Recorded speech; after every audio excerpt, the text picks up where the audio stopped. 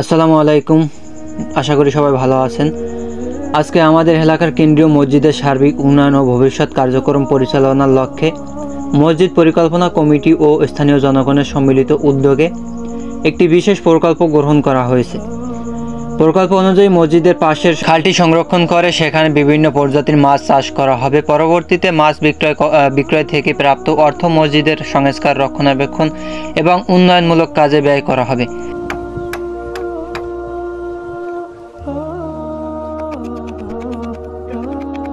এই উদ্যোগের মাধ্যমে একদিকে যেমন মসজিদের আর্থিক স্বাবলম্বিতা নিশ্চিত হবে, অন্যদিকে স্থানীয় জনগণও মসজিদের উন্নয়নমূলক কর্মকাণ্ডে আরও সম্পৃক্ত হওয়ার সুযোগ পাবে।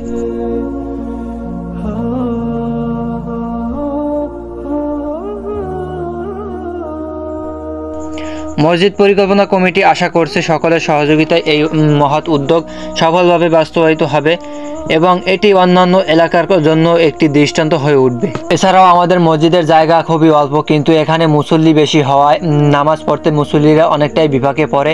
বিশেষ করে শুক্রবার মসজিদের জায়গা স্বল্পতার কারণে অনেকেই বাহিরে বসে নামাজ আদায় করেন।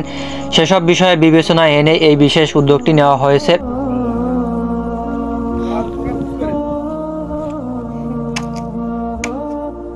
এখানে উপস্থিত ছিলেন মসজিদ কমিটির সেক্রেটারি মোহাম্মদ শাহাবুদ্দিন মোল্লা, মসজিদের সভাপতি মোহাম্মদ জালাল আকন এবং সাধারণ মানুষ। তারা সেখানে কাজটি পর্যবেক্ষণ করেন এবং আর্থিক ব্যয় ও সার্বিক সহযোগিতার আশ্বাস দেন।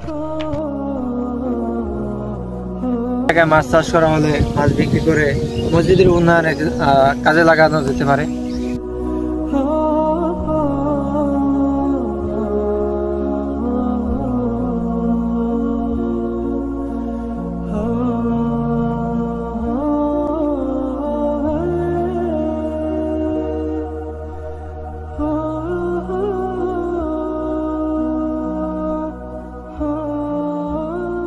জায়গায় আমাদের মসজিদের ইমাম সাহেব, সভাপতি, সেক্রেটারি সবাই উপস্থিত আছে। আমরা তাদের সাথে পরবর্তীতে কথা বলে জেনে নেব যে তারা এটা কি উদ্দেশ্যে করতেছে এবং এদের ফায়দা কি, তাদের মসজিদের উন্নয়ন কি উন্নয়ন হবে এতে।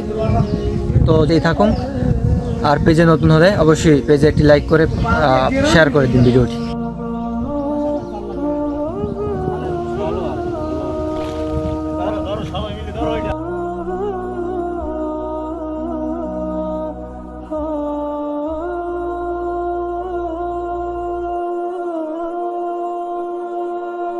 তো সুপ্রিয় দর্শক, এই যে দেখতে পারতেছেন আমাদের কাজ কিন্তু শেষ পর্যায়ে চলে এসেছে।